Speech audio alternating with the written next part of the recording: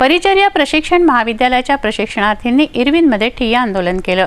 निवासी वैद्यकीय अधिकाऱ्यांच्या कक्षासमोर प्रशिक्षणार्थींनी आंदोलन केलं, नारेबाजी केली। यावेळी आंदोलनकर्त्या प्रशिक्षणार्थींना जिल्हा शल्य चिकित्सकांनी आंदोलन न करण्याबद्दल धमकी दिल्याचं त्यांचं म्हणणं आहे। परिचर्या प्रशिक्षण महाविद्यालयाच्या प्रशिक्षणार्थींनी इरविनमध्ये ही ठिय्या आंदोलन केलं। निवासी वैद्यकीय अधिकाऱ्यांच्या कक्षासमोर प्रशिक्षणार्थींनी आंदोलन केलं, नारेबाजी केली।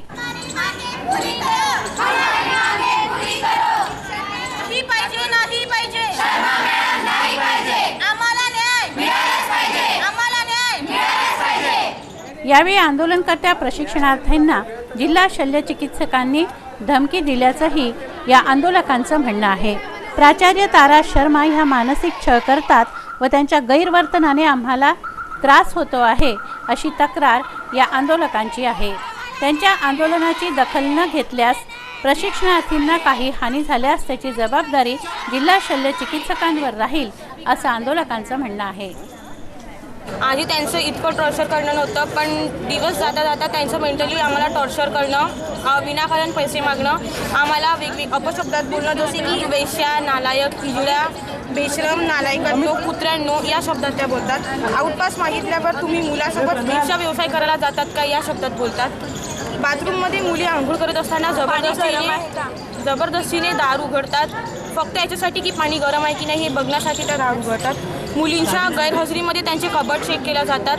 त्यांचे वापरीचे जे भांडे असतात जसे ताट, वाट्या, उशा, चादरी, ब्लँकेटा या त्या घेऊन जातात आणि नंतर आम्ही त्यांच्याकडे मागितल्यावर असे सांगतात की ह्या आमच्या न्यूट्रिशन लॅबच्या आहे, मी तुमच्या रूममधून आणलेला नाही, तुमच्याकडे काय प्रूफ आहे असे त्या म्हणतात।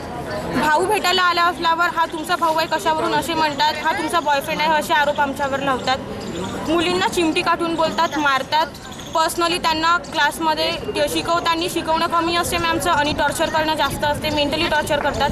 या मेंटली टॉर्चरमुळे आमच्या 2 स्टुडंट, ताई आहे 3rd इयरच्या ताई, त्यांना काल फेशियल पाल्सी झाल्यामुळे त्या पेईंगमध्ये ॲडमिट आहे आणि 1st इयरची विद्यार्थिनी ती सायकोसिस म्हणून तिचा डायग्नोसिस केला असून ती पेईंगमध्ये ॲडमिट आहे। CS सरांनी म्हटलं की आम्ही वर नोटीस देतो बा, त्यांनी सांगितलं आहे, त्यासाठी आम्ही इथे बसलो आहोत, त्यांची प्रत आम्हाला मिळायची आहे। आणि जे मेल गेस्ट असतात हे कधी येतात? रात्रीचे 12 वाजता पण येतात। ते तुमच्या परिचयाचे असतात का? नाही, अनोळखी असतात ते आम्हाला।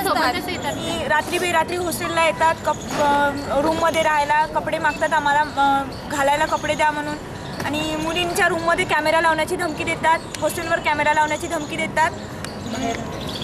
बाहेर राहणाऱ्या आदिवासी ज्या स्टुडंट आहेत त्यांना कॅम्पसमध्ये अलाउ करत नाही आणि फक्त मेसमध्ये बसा, त्यांच्यावर चोरीचा आरोप लावतात खोटा, आणि सख्या पालकांशिवाय सख्या भावाला पण भेटण्याची परमिशन देत नाही। आदिवासी वसतिगृहामध्ये राहतात म्हणून ते आमच्या हमेशा आदिवासी आहात, तुम आदिवासी ऐसे ही हो, तुम लोगों को रहने का ढंग नहीं है, तुम लोग यहाँ क्यों आए हो, तुम लोगों को किसी भी गवर्नमेंट इंस्टीट्यूट में एडमिशन नहीं मिलनी चाहिए, तुम लोगों को किसने मतलब पढ़ाई करने के लिए देना ही नहीं चाहिए, तुम लोगों को ने पढ़ना ही नहीं चाहिए, यहाँ पे आए हो किस लिए, तुम लोग उस लायक के नहीं हो, ऐसे हमको हमेशा कहते रहते हैं।